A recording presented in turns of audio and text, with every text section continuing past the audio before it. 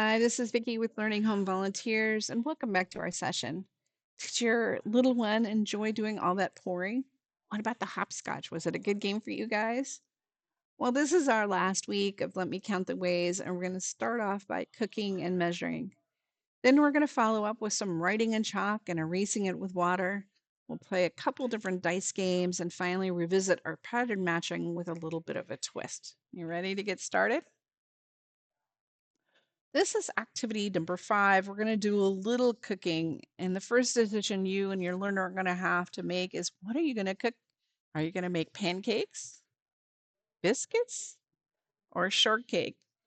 And in your box, you're going to find a bag with a 1 cup of Bisquick and a piece of paper marked number 9 with the recipes in English and in Spanish. We can't wait to see what you guys make and how it turns out. This is activity number 10, print and spray.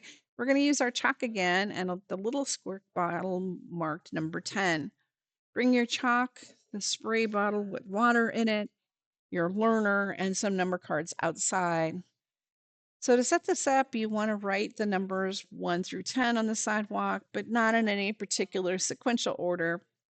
As you write them, you want to call the number out so they know which one is which. And we have a couple of different games that you can actually play. You can show the number card with the number that you want the child to do, and then the child will go to that matching number on the sidewalk and spray it and try to make it go away.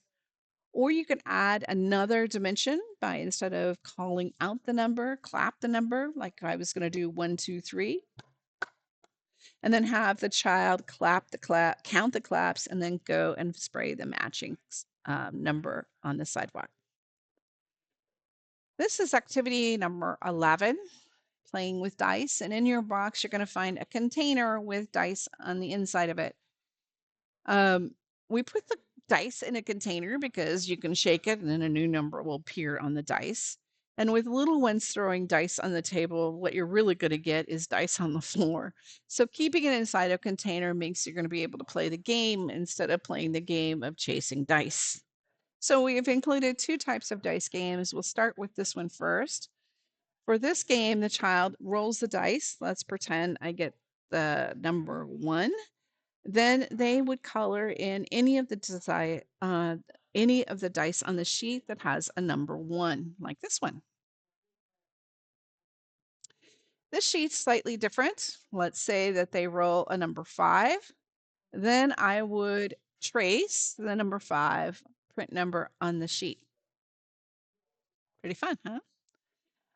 This is our last activity of the session, activity number 12. And in your box, you're going to find a piece of cardboard with a fish skeleton on it, the tail and the head in a line.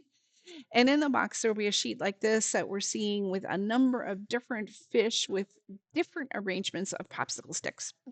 Your child will use the popsicles fish pattern like this one, and then use their colored popsicle sticks to make a fish that looks just like that. So, well, that's all for this week. Our next learning session starts next week. I'll talk to you then.